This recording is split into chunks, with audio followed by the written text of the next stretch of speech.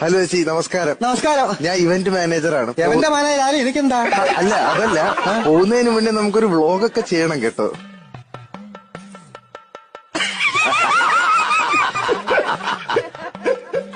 ഞാനേ ഇതൊരു കല്യാണമുണ്ടോ, ഞാൻ മറുപടി ഞാൻ തരുന്നില്ല ഞാന് കേട്ടോ. നീ സംസാരിക്കാതെ നീ എടാ, കല്യാണം കഴിഞ്ഞ് 3-ാം മാസം എന്റെ ഭർത്താവ് തട്ടിപ്പോയി കേട്ടോ.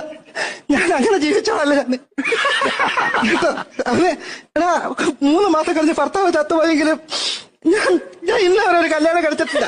8 വർഷം കഴിഞ്ഞാണ് എനിക്ക് ഈ കുഞ്ഞ് പിറക്കുന്നത്. അങ്ങനെ ജീവിക്കാനാണെങ്കിൽ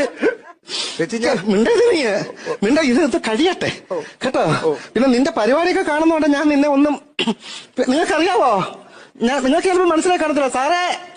ഇവിടെ തൊപ്പി ചേരാത്ത കേരളത്തിൽ 2 പേരേ ഉള്ളൂ. ഒന്ന് ശിക്കാരി ശംഭു